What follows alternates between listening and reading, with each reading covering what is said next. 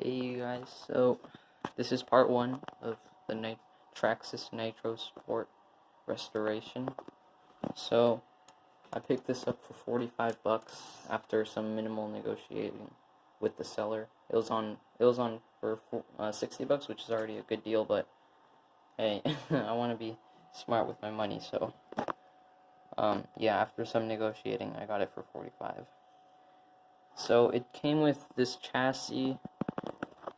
You can see parts, and a bunch of parts bags. You can see right here. So he said, and also comes with the body, easy start, and remote.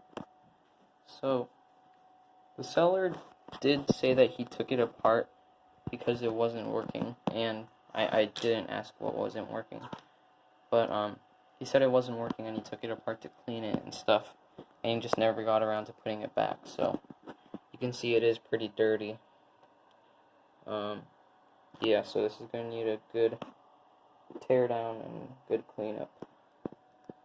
Yeah, there's some sand and some dust. I don't know why RC cars always have hair on them. It's really weird. I don't know if it's from the pet or it's the actual person, but it's weird. Yeah, so this is basically how I got it, except the fuel tubing was included, so I put that on right here. I did take off the spur gear thing and kind of freshen it up a little bit by sanding it down and stuff. What else? Oh yeah, I put this brake linkage on because it wasn't, this little collet wasn't silver for you. So it does have the original 2.4 gigahertz receiver with the TQI, or just the TQ transmitter. Fuel tubing for the exhaust. I also put on the exhaust. It was in the parts bag. I think it should connect to this screw right here. And also, a lot of people hate Phillips, but I like Phillips because it's just easier to use. It's basically one size flat head for all screws. I like how Traxxas use them. Nowadays, a lot of companies use hex, and hex is really easy to strip. And also, you need something like this where you have like 20 Allen keys for your one car, but instead you can just have one flathead screwdriver for the whole car. So yeah, that's what I like. Also, this thing, it's not bolted on. I just kind of dry fitted it. One-way bearings catching. It does work. I don't know where to connect this. I'll look in the manual or exploded diagram online, but yeah, whatever. Yeah, this is the ground plug for the glow plug for the easy start. So there's the battery case right here. That was in the parts bag. You see the little notch right there. The easy start plug goes into. You can put 4 AA's, but I'm gonna probably transfer it to LiPo, and do it to my old Radio Link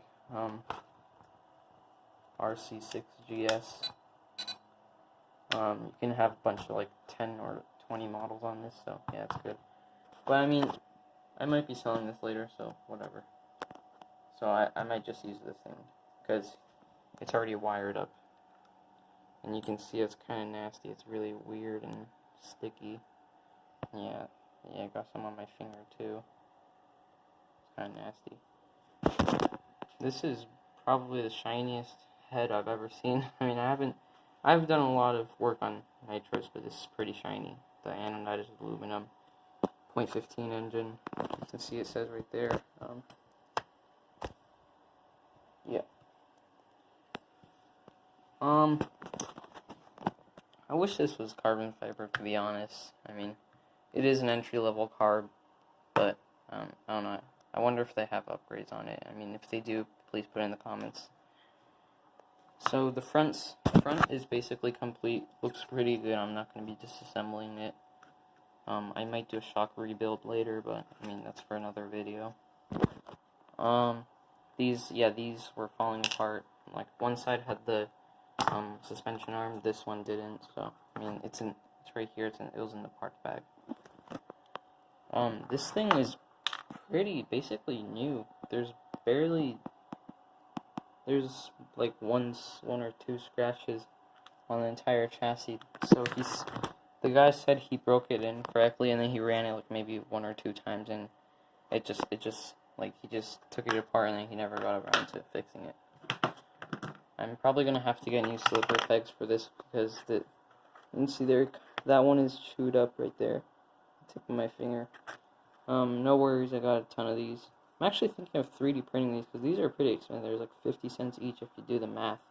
And if I 3D print them, which these are made of Rulon, I think. I searched the description of the product, and it said I think these were made of Rulon, which has like a really high melting point, so it's not really good for 3D printers, but you could probably get away with like something like nylon or something that has high friction and it's also really high melting point. My dad is modifying my printer, so we can do nylon, but whatever. One thing I noticed that these drive struts are pretty thick for what they are, but they're plastic, so I mean, whatever. Probably upgrades available, but whatever. Again, I'm just trying to spend as little money on this as possible. Stock tires are included. These are really nice. The grip on this is really nice, and also barely any wear on the tires. The front ones too. This is basically like a direct competitor to the Losi XXX NT or RC10 GT.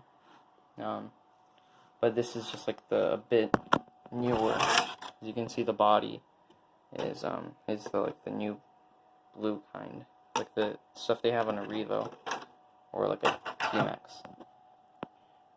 Yeah, I haven't done a lot of research on this car. My guess is it came out somewhere in like 10 to 2015-ish. I honestly don't know. But fuel tank seems to be in good condition. There's no gumming up whatsoever. However, what really pisses me off is that the actual fuel line that feeds into your carburetor, it's really easy to just like take out. Like it's like it could probably just happen accidentally, and you like just kill your engine that way, because you can see like I can just take it out really fast, like, and it's also a really easy place for dust to get into, so I kind of don't like that. I mean, it is what it is, but whatever. I mean, you have all this kind of space, so you just maybe put a bigger fuel tank and have like actual